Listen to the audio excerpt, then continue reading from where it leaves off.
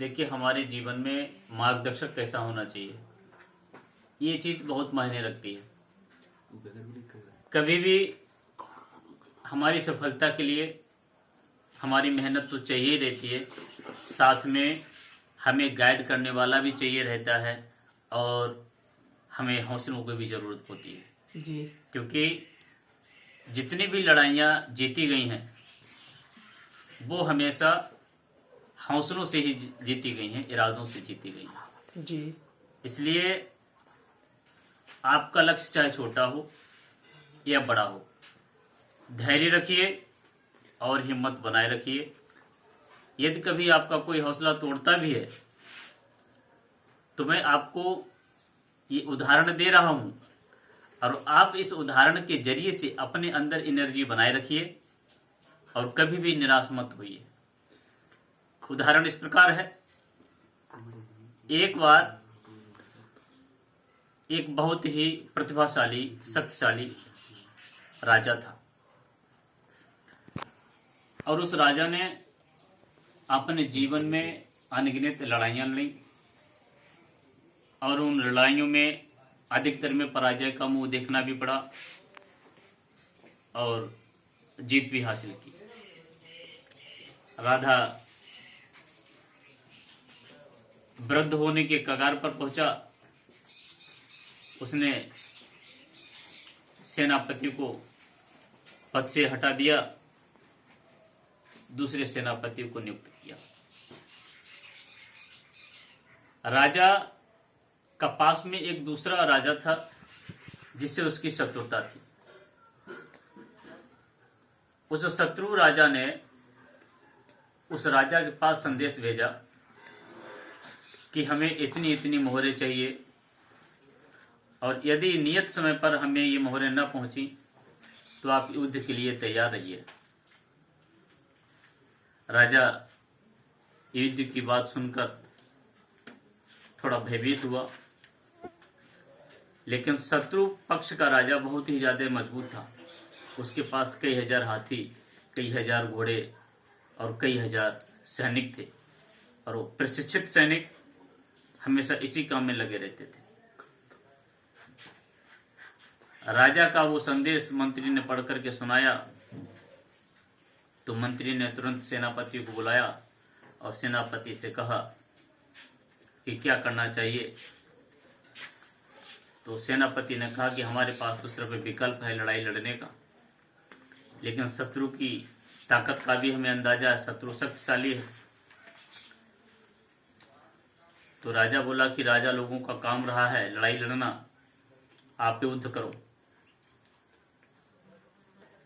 सेनापति ने राजा की आज्ञा को शिरोधार्य करके युद्ध के लिए सेना लेकर के चल पड़ा।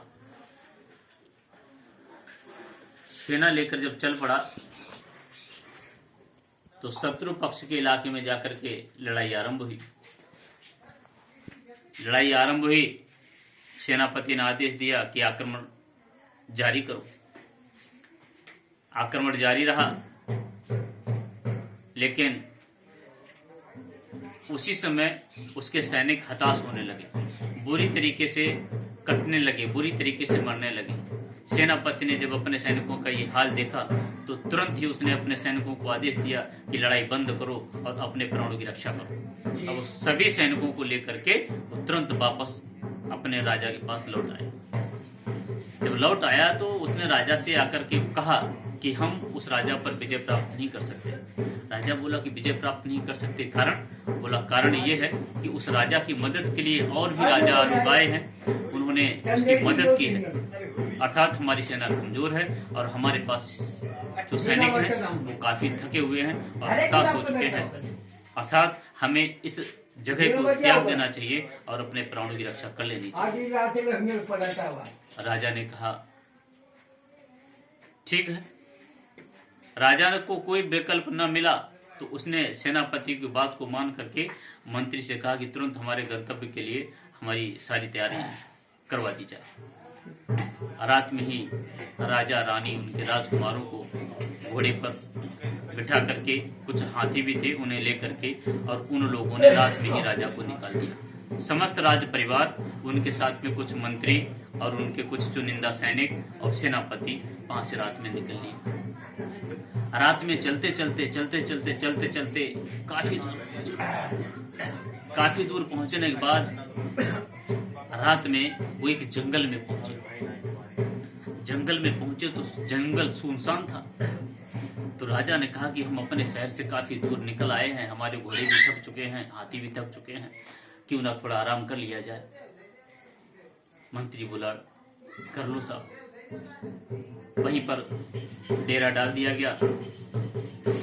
राजा ने देखा कि जंगल बहुत बड़ा है और उस जंगल में काफी दूर पर एक दीपक सा जल रहा था। तो राजा ने जब देखा कि इसमें दीपक जल रहा है तो इसका मतलब इसमें कोई ना कोई अवश्य होगा। वो बात राजा ने किसी को नहीं बताई। रात को जब सब सो गए तो सोने के बाद राजा उधर देखने के लिए स्वयं गया कि आखिर यहाँ पर कौन है और कौन। राजा जब वहां पहुंचा तो वहां देखा कि कुटिया में वहां एक कुटिया बनी हुई है जिसमें एक साधु है। राजा ने साधु के भेष में जब उस व्यक्ति को देखा तो राजा ने प्रणाम किया। प्रणाम करने के बाद देखा तो वो फकीर थे। तो फकीर ने कहा कि इतनी रात्रि में वो आप अपना परिचय दें।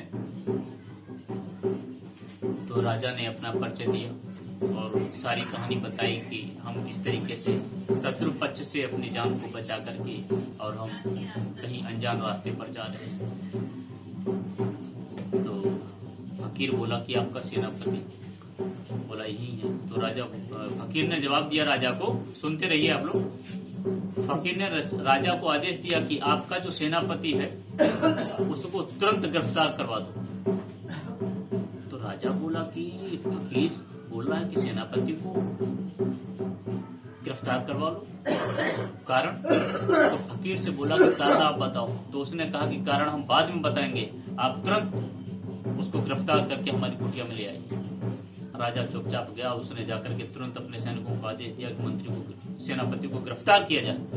उसी वक्त सेनापति को गिरफ्तार कर लिया। सेनापति को बांध करके राजा फकीर के पास लाया। फकीर के पास लाने के बाद फकीर ने जब देखा तो फकीर ने क्या काम किया, उसको बांध करके कुटिया में डाला। अब सेनापति के कपड़े खुद पहने और खुद पहनने के बाद राजा से बोला कि आप यहीं रहिए और सेनापति का कार्यभार मैं संभालूंगा और आपकी लड़ाई मैं लड़ूंगा। सेनापति के रूप में फकीर सेनापति बन गया और उसने सभी जवानों को इकट्ठा किया और इकट्ठा करने के बाद उसने उनके अंदर हौसले बढ़ाए और बोला कि शत्रु पक्ष हम लोगों से ज्यादा ताकतवर नहीं है। वो भले ही गिनती में ज्यादा हो सकते हैं लेकिन बहादुरी में नहीं, हिम्मत में नहीं। हम एक हजार पर भारी पड़ेंगे। ऐसी बात जब सेनापति के मुंह से जब सुनी तो उनके अंदर कुछ हौसले जागे। सेनापति ने तुरंत सुबह ही होते ही वहां से अपनी सेना की टुकड़ी लेकर के वहां से कूच किया। कूच करते उसी राजा के राज्य में पहुंचे। वहां पहुंचने पर काफी समय बीत चुका था। वहां रात में उन लोगों ने विश्राम किया।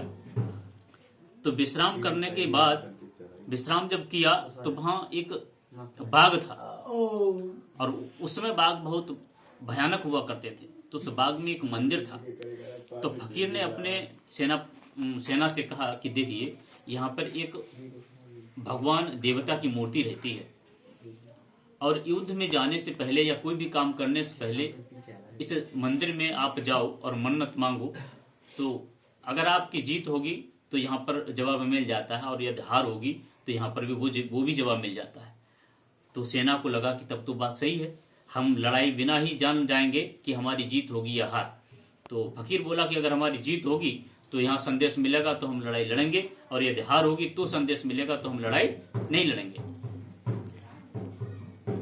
सेनापति ने क्या काम किया, हारी थकी हुई सेना वो आराम के लिए ज्यों ही आदेश दिया तुरंत सारी सेना सो गई।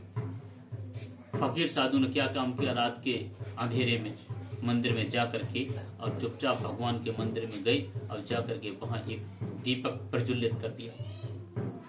दीपक प्रज्वलित कर दिया और वापस आकर के अपनी सारी सेना को जगाया। बोला कि भगवान ने आशीर्वाद दे दिया है। बोला कैसा? कि देखो मंदिर में प्रकाश हो गया है, हमारी जीत निश्चित है। तो एक अद्भुत शक्ति भी हमारी ओर इशारा कर रही है कि हम जीत जाएंगे। सेना ने जब देखा तो उनके जो हौसले थे वो 7वें आसमान पर, हौसले बहुत ज्यादा बढ़ गए थे। सेना एक नई ऊर्जा के साथ, नई उमंग के साथ, नव चेतना के साथ शत्रु पक्ष पर जब किया तो उसने चारों तरफ से शत्रु पक्ष को घेर लिया और कूटनीति अपना करके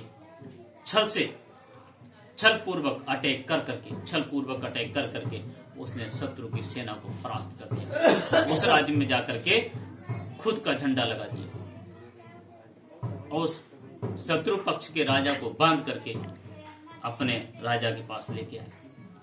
अपने राजा के पास लेकर के आए तो ला करके जब उन्होंने, फकीर ने कहा कि सेनापति राजा साहब, ये शत्रु पक्ष के सम्राट हैं, अब आप जो उचित समझो वो उनको सजा दो। राजा बोला, और वो सेनापति भी वही है जो बंदी बनाया था, तो उसको जब देखा तो उसको लगा कि ये चमत्कार हुआ है, ये ऐसा कैसे हुआ है। तो मंत्री वहां पर खड़े हुए थे, तो मंत्री ने सेनापति से पूछा कि आप तो एक सन्यासी थे और सन्यासियों को कैसे पता कि युद्ध का संचालन कैसे किया जाता है, लड़ाइयां कैसे जीती जाती हैं। तो उसने कहा कि मैं सन्यासी जरूर था, लेकिन मुझे अपने जीवन का अनुभव भी है और मैंने ये प्रैक्टिकल किया है कि युद्ध हमेशा सेना से नहीं, गिनती से नहीं, हमेशा हिम्मत से किया जाता है, हौसलों से जीते जाते हैं। इसलिए अब आप समझ गए होंगे कि युद्ध जीतने के लिए आपको काय की आवश्यकता है। यदि ऐसा कोई मिसगाइड करने वाला व्यक्ति आपको मिलता है तो आपके हौसलों को परास्त करता है और बोलता है कि आपका लक्ष्य बड़ा है, आप उसे अचीव नहीं कर सकते, तो तुरंत आप समझ जाइए कि वो गाइडर आपका सही नहीं है। इसलिए आप हमेशा ऐसी प्रेरणादायक कहानियों को सुनते रहिए और उनसे सीख लेते रहिए और निरंतर अपने कार्य को जारी रखिए। ठीक।